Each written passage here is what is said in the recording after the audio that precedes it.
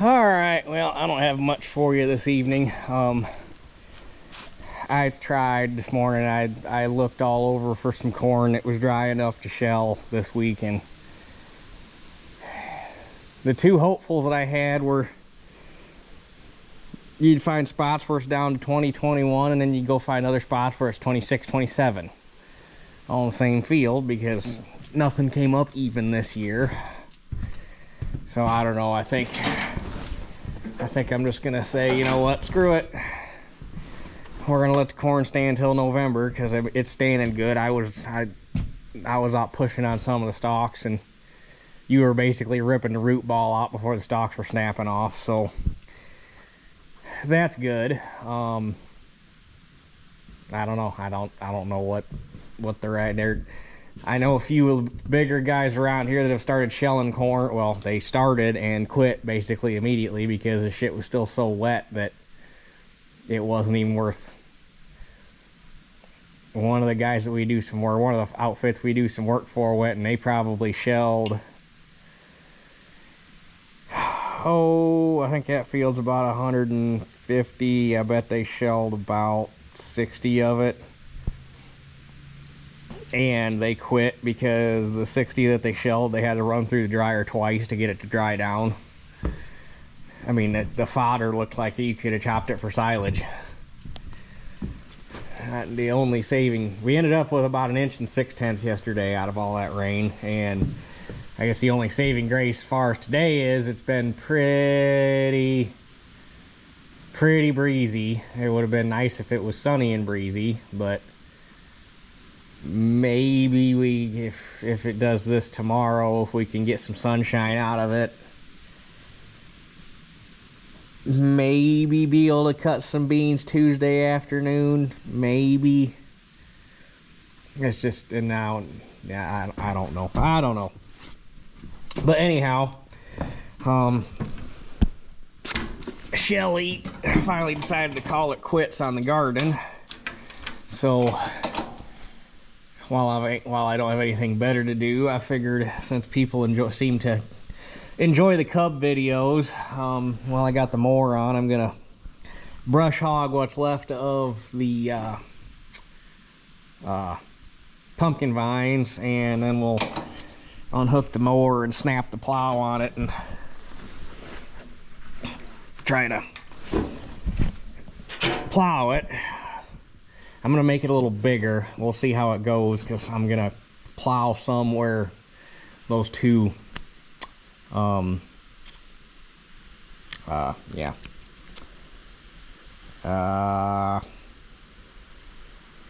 Can't remember what the hell the trees are called now. They drop nuts.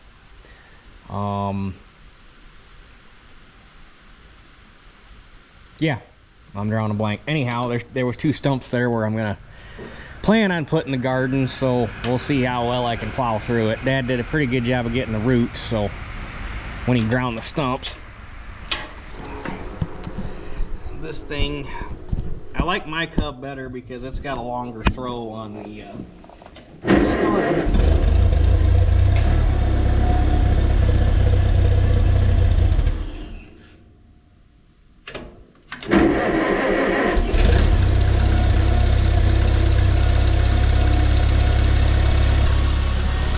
See, I'll show you what I'm talking about.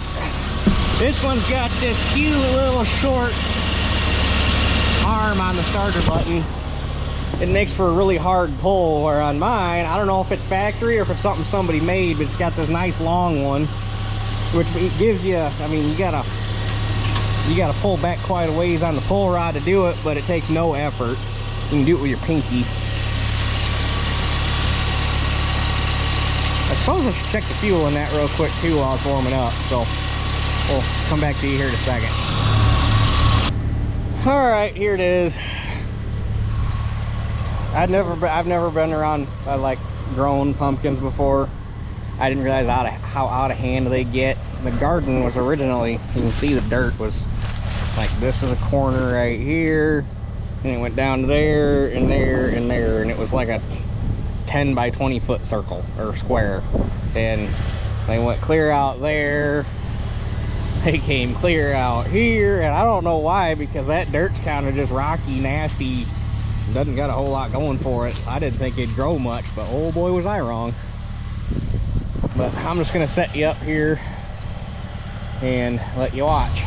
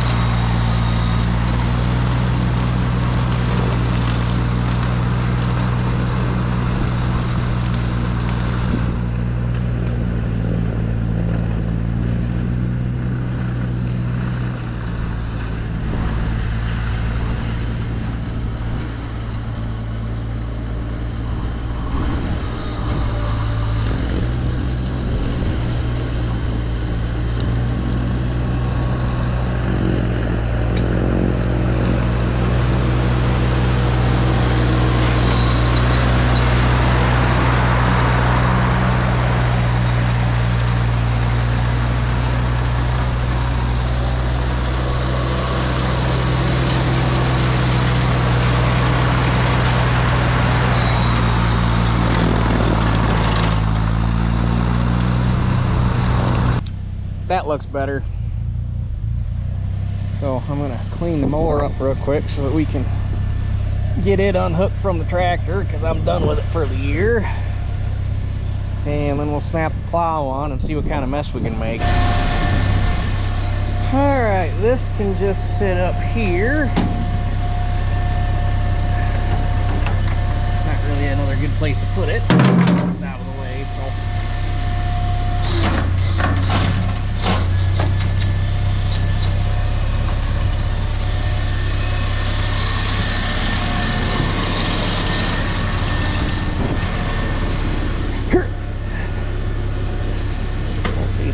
Slide out on its own, or if it's gonna need help.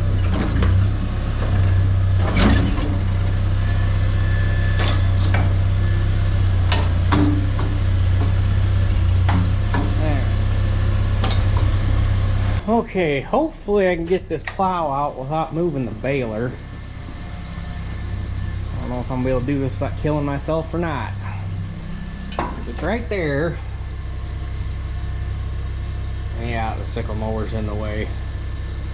Dadgummit.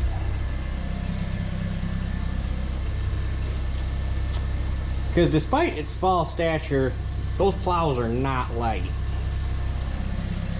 I don't know if I can pass it up over the bale chamber or not.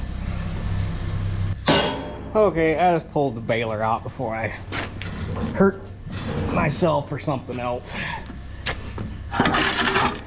Because you don't just, I mean, you wouldn't think these plows weigh a whole lot because they're a beam and a frog. That's it. But I bet you that plow is 150, 175 pounds. And awkward. Awkward being the key.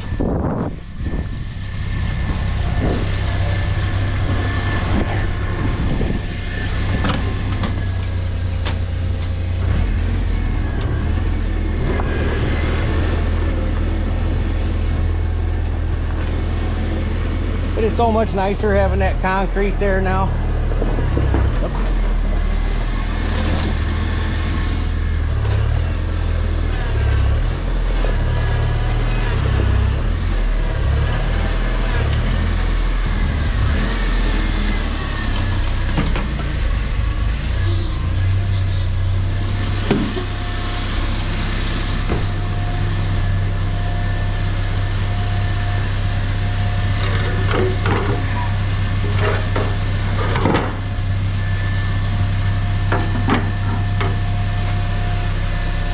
And the plows you can't just back into because the beam's got a twist in it, so it's level the plow out when you're in the furrow, and so it won't just slide into the hitch like most other fast hitch implements that you just drive straight into.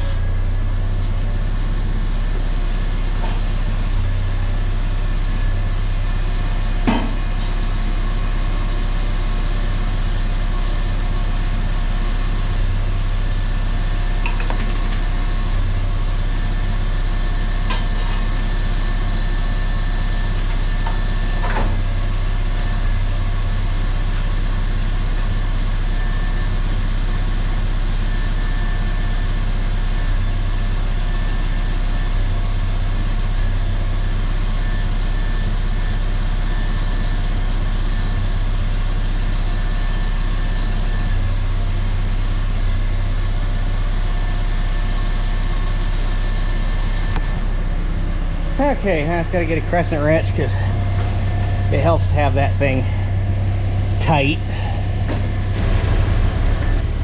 Okay, so what I want to do is turn this into an L. So basically bring what I had out to somewhere about here and then go that way with it and kind of go out toward the, and get it in line with the end of the garden boxes there. So I think what I'm gonna do, because when I plowed that square this last spring, I plowed it going in this direction, so I was throwing the dirt that way. So now I'm going to plow it going in that direction, so I'm throwing the dirt that way, because I don't plow it in a land. I just make a pass, back up, drop back in. That way you're not going to end up with a, for the small plot it is, it's easier to do it that way, so you don't have to work down a back furrow or fill in a bunch of dead furrows or anything dumb like that. But part of the reason I'm going bigger is because Shelly wants to put out some more sweet corn for this year. And obviously growing sweet corn in them garden boxes didn't work that great. So we need more room for sweet corn. So I think we start right here. Scoot over a little bit.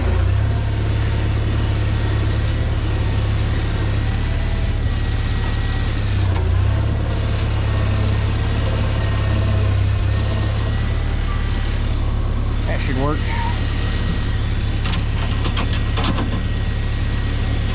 First pass, we gotta go all the way down. This is your depth control. That pitches the plow forward or backwards to determine where it's gonna level out at. Okay, let's see if we plow up any tree roots. Dad basically, when he ground these, he ground almost as deep as he could reach, so we shouldn't have any problem with stumps.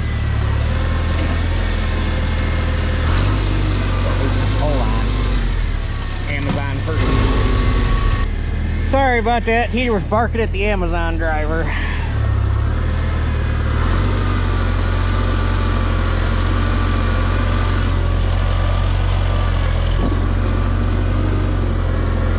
And we want to go to right about there.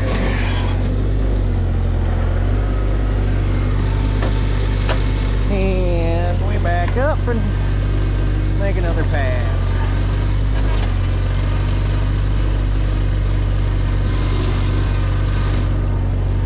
I kind of like having a garden around. It kind of completes the place, if you know what I mean.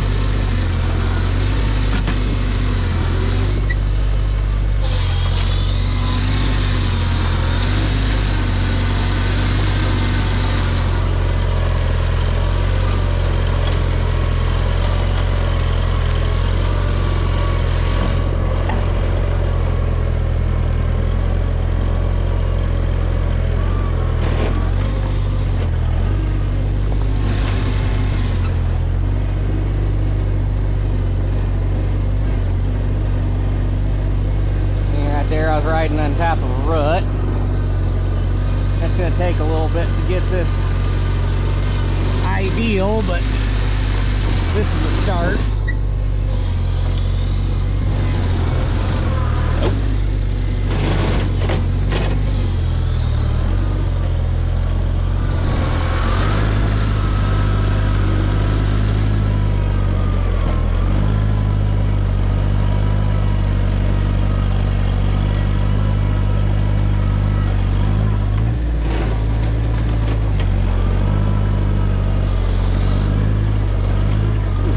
Something there. So if you look at the bottom of the furrow, the plow's still sitting like that, so we want to level that out. So we got to crank this guy up,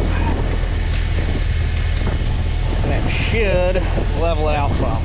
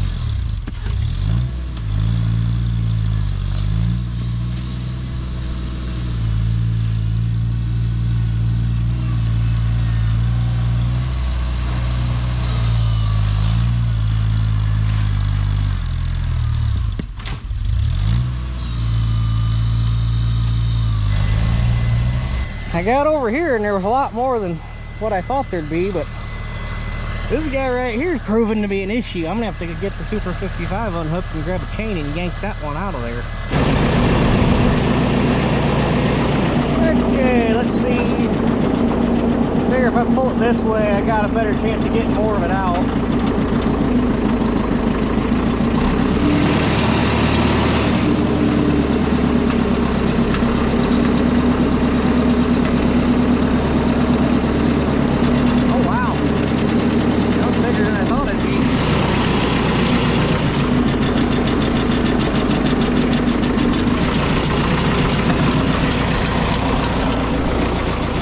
Cub did not want to yank that one out of there.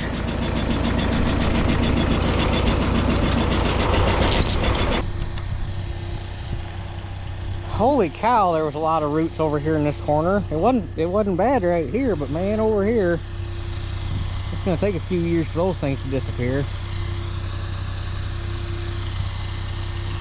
And they were pecan trees, that's what they were. I don't know why I couldn't come up with that. I didn't even know that they would grow up here, but apparently they will. The neighbor lady, her and her dad planted them when she was a little girl. But they were getting to the point where they were about ready to come down on their own, and they were kind of in the way of being able to effectively get back here to the barn, so they need to be gone. So there's that. I'll get the plow cleaned up, put away real quick, and then we'll get my Cub out with the blade and push the dirt back in from where I was picking the plow out of the ground, and that'll be it. Just kind of push the mess back a little bit.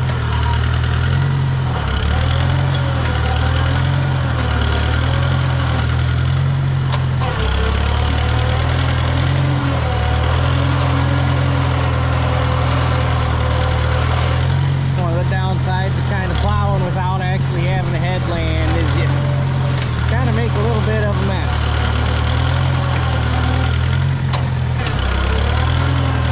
God, I need to do the clutch on this thing one of these days. If you use it a bunch and it stays relatively limber, it's not so bad. But man, if you let her sit, it gets grabby.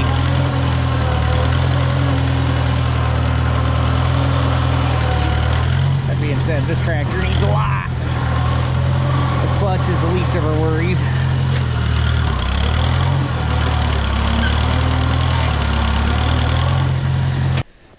Alright, it's a little bit of a mess, but actually the original spot right here actually plowed up pretty nice. It was the spots that I added in that didn't plow up so great, but a Farmall Cub with a 114 plow is not exactly the ideal combination for breaking virgin ground with tree roots in it. So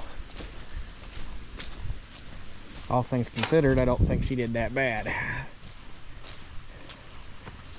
Hopefully I can get that Howard tiller dug out this winter and go over it and do whatever it needs. It's been so long since I've even looked at it, I can't even remember why we never did anything with it, or what's broke on it, or if there was anything wrong with it at all. But maybe the gearbox was locked up. Maybe that was a problem. But get that, and that'll make a pretty nice little garden out of this. Get a rototiller on it. So anyhow, figure we can put the sweet corn here, 4 or 5 rows, however many she decides she wants to do, and then all of her other stuff can go there. So, and whatever else she decides she wants to do. So who knows, next year it might get bigger yet. We'll see how things go. But tomorrow I'm probably going to get the 7300 dug out, get the head put on it, go over it, get it moved over to Mom and Dad so that at least it's staged up in case we do get a chance to cut beans this week. I don't get caught with my pants down and nothing in a position to go. And after that, I don't know what else, because I don't want to start any projects, because it's not exactly the time of year to be starting projects, and so we'll just have to see how things play out. So Is what it is. I figured this is better than nothing. Get you a little bit of tractor content. So anyhow, I guess that's it for this one. We'll catch you guys on the next one.